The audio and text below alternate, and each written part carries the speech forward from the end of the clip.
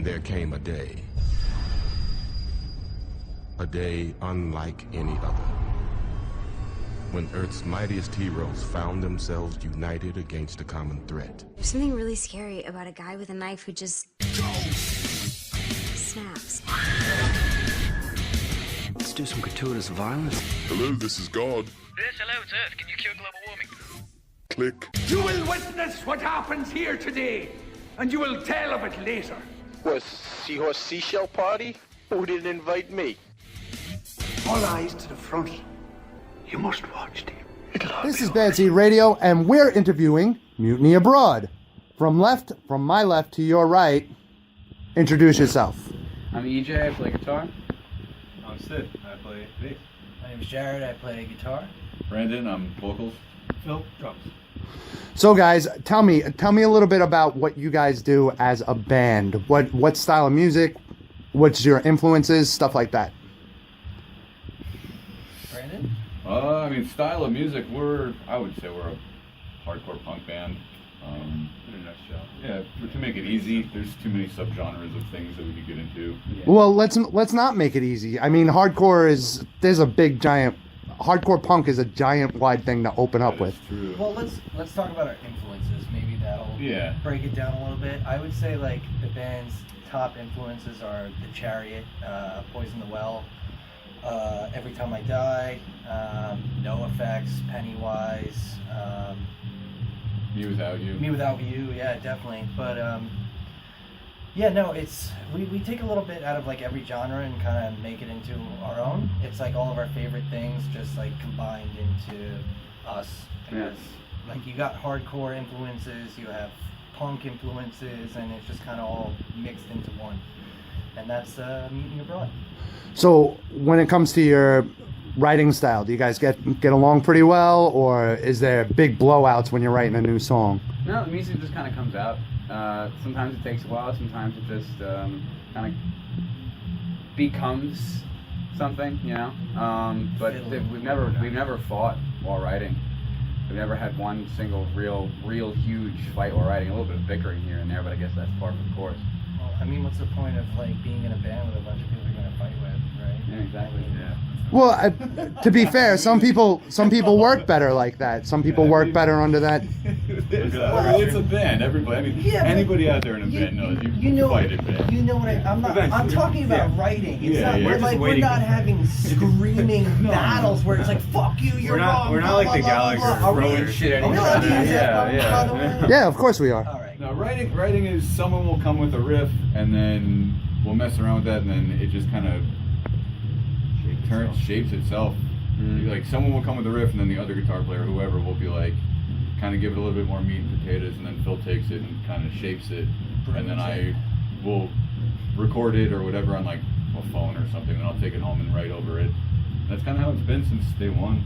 We have a really messy writing process. Like it's not there's like no science. we don't go in going, okay, this is gonna be 4/4. We have a chorus here, we have a verse here, pre-chorus there, bridge, so on and so forth. It's just like we just kind of throw it all out, and it's like, okay, like this works, that doesn't work, this works, so on and so forth. What do you think of this? What do you think of that? And then, I mean, it takes, our writing process is so long, as you all know. I mean, we're getting better. I think the whole band as a whole has gotten better with writing. I think we've gotten a lot faster, but I mean, it used to take us like a month to 2 months to actually like solidify a song.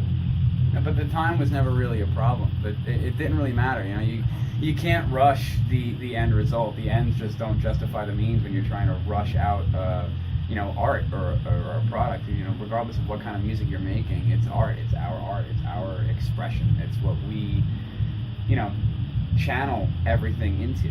So some bands are really big fans of the whiteboard and mapping out music and figuring out piece by piece where it wants to be. We tried that once. Which, hey, we actually just... We have one. We did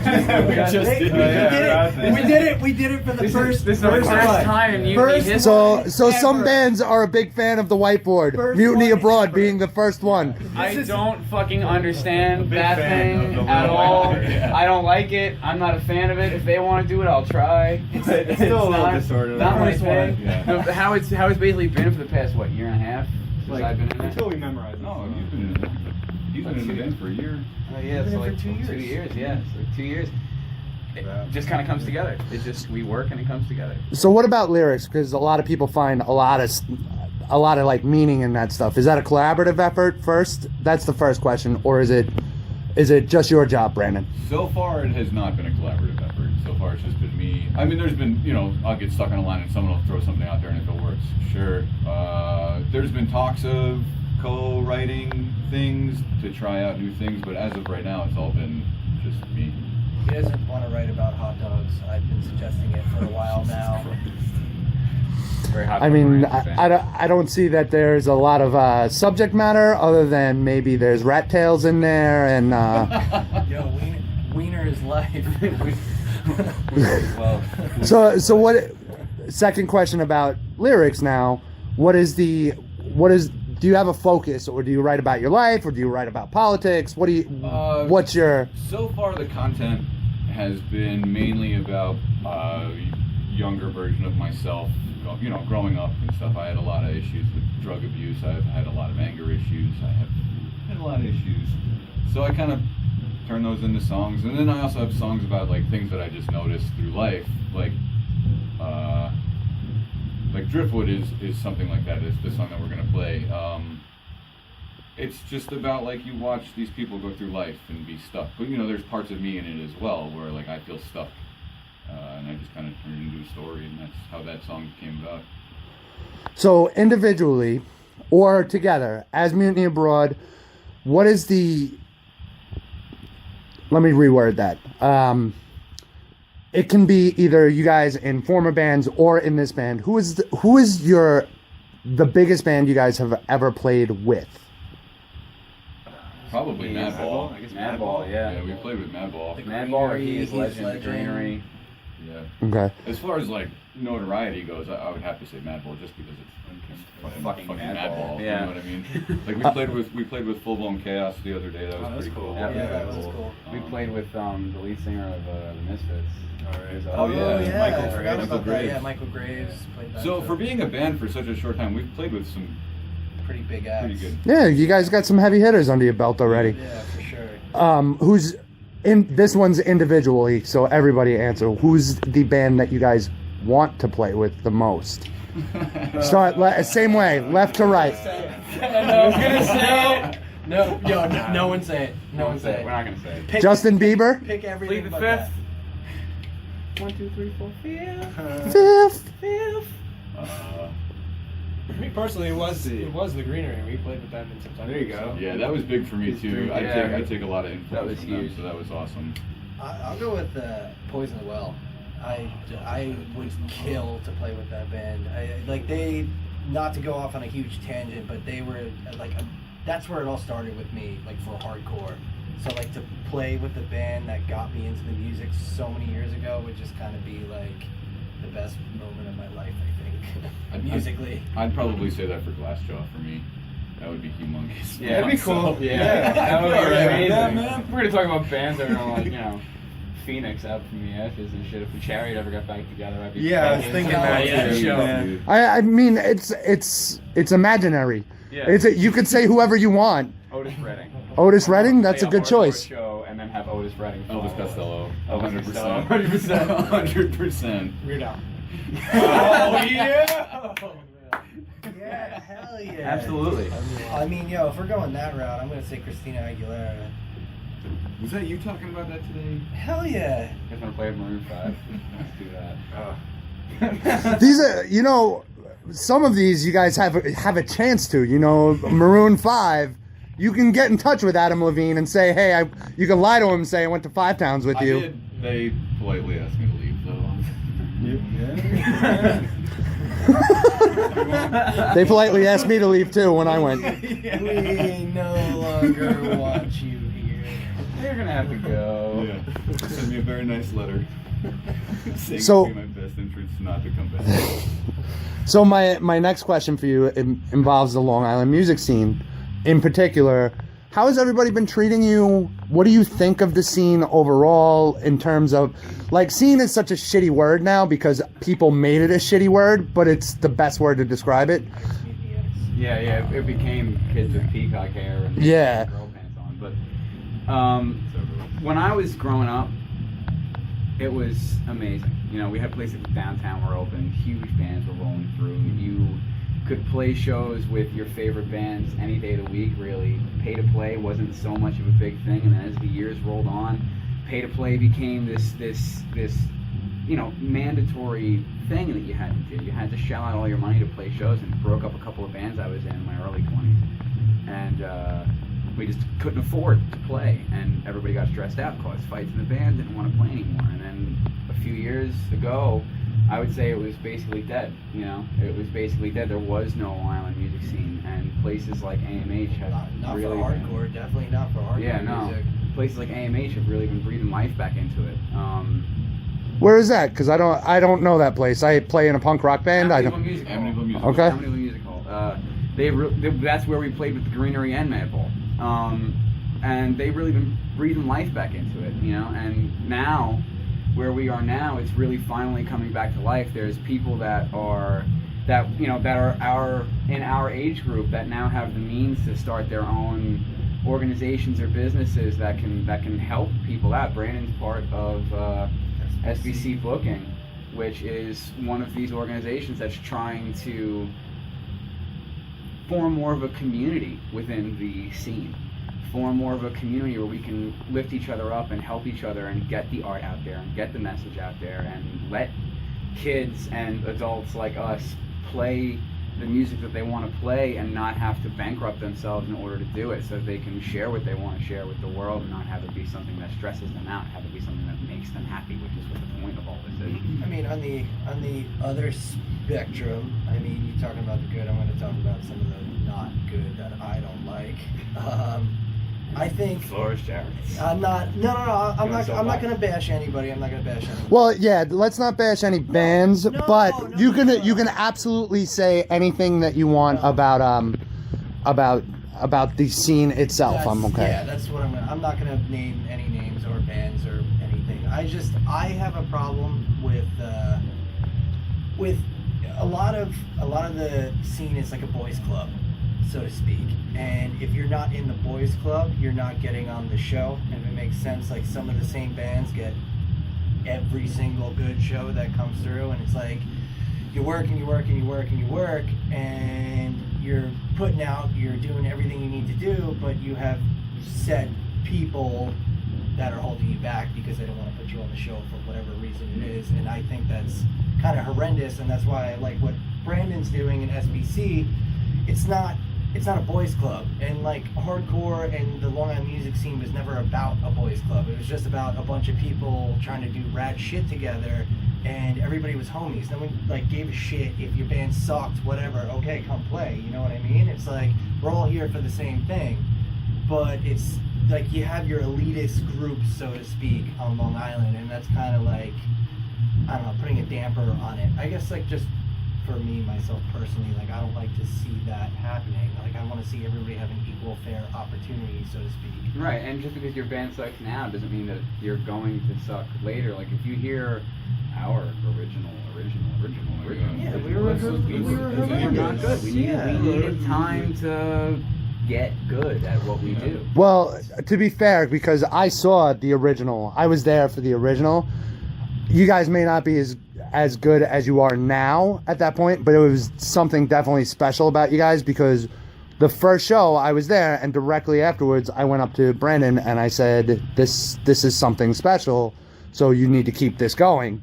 So just so to make you feel something. To kind of piggyback off of that, to get back to the other part of your question about how like we've been treated in the scene since we started, like you just said, since day one of our first show, and still every single show, there's always people that were like, that was really cool, I haven't seen anything like that in a while. And people really have kind of flocked to us. We always have a decent turnout, like, and we don't do very well at promoting shows. And like, the fact that people come away from the bar to like watch us, I mean, it really means a lot. And it says a lot. It says a lot for the scene, because a lot of people in the scene don't do that. If they don't know your band, they're gonna stay at the bar. And it's nice to see that kind of changing. Not that we're the cause of that, but I don't mean that like that by any means. It's just It's nice to see. Listen, you cocky motherfucker. Yeah. To not end on a bad note with what I was saying before, the scene's coming back, and it's slowly but surely coming back. I mean, we've seen it progressing over the past 2 years. It's like we saw like a couple local shows. It's like, okay, like people are starting to come out to these shows. Like the scene's growing, it's getting bigger, and like there's so many more people involved now than there were a year ago, which is awesome, and it's good to see. And I'm glad people are going to shows and they're spending their money to support local music, and that's what we need. Just support local music. Doesn't matter if it's rock and roll, fucking blues, jazz, whatever the fuck it is, hardcore. It doesn't matter. Just go. Spend your money. And there support really is a local lot of band. good music coming out. Yeah. Absolutely. Well, one of the things that I've been saying for a very long time is it's very rare, because just like you guys, I'm a performer too. It's very rare that I go out and I see a shitty band more than twice, because I think they get this rock star, like they're gonna make a ton of money doing this, and really I think everybody out there who continues to do it does it for the love. And you guys, I've seen you guys play. You guys have the one of the better stage shows that I've ever seen, and you probably don't think you do, because I know plenty of bands don't. They go, we just do what we do. But you guys have one of the better stage shows. Exactly. We do what we do. Yeah, but you know, it's something you guys should be aware of. You're very infectious when you guys do it. Thank you. That's awesome. Well, I don't mean to cut you short. I don't mean to cut you short either. I mean, one of the big things for me when I see a band is, are you into it? Are you into what you're playing? Are you enjoying what you're playing? Because if you're loving what you're doing, that's going to make everybody, like, come to you. Because it's like, I'm interested in watching this guy going fucking crazy, loving playing music, or girl, or whatever it is, and, like, you want to watch it, because it's like, this person's passionate about what they do, and they love it, and it's like, I want to watch this. You can feel what that I mean? coming Yeah, from you can the feel stage. it. You can feel it, and that's what people want to see. 110%. Our stage act is basically based on us not killing each other. Like that's the main thing. Is try not to die. It's like I just feel Sid's face like whizzing past my face. Oh my god, man! All the time. It's like. We played with He Is Legend at where did we play? Revolution. And Sid literally just whacked me in the back of the head with the bass, just full on, just poof. It happened. You know, it happens. That's what we do. We just thrash. We just feel we do and just thrash. It's reckless abandon. Yeah. For me, it's a therapy session, man. I just let it all out and feel great afterwards. Feel the same way. Well, guys, I asked for 10 minutes. You guys gave me 18, so you guys are awesome.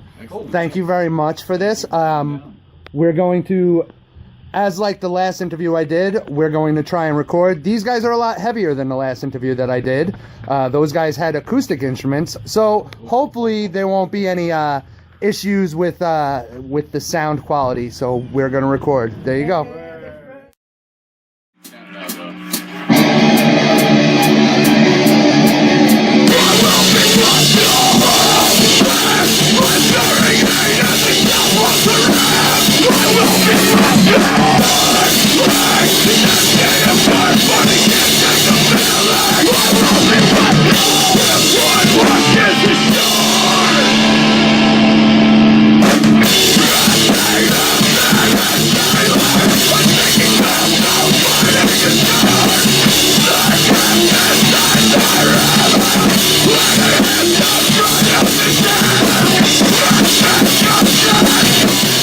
Are you fucking dead?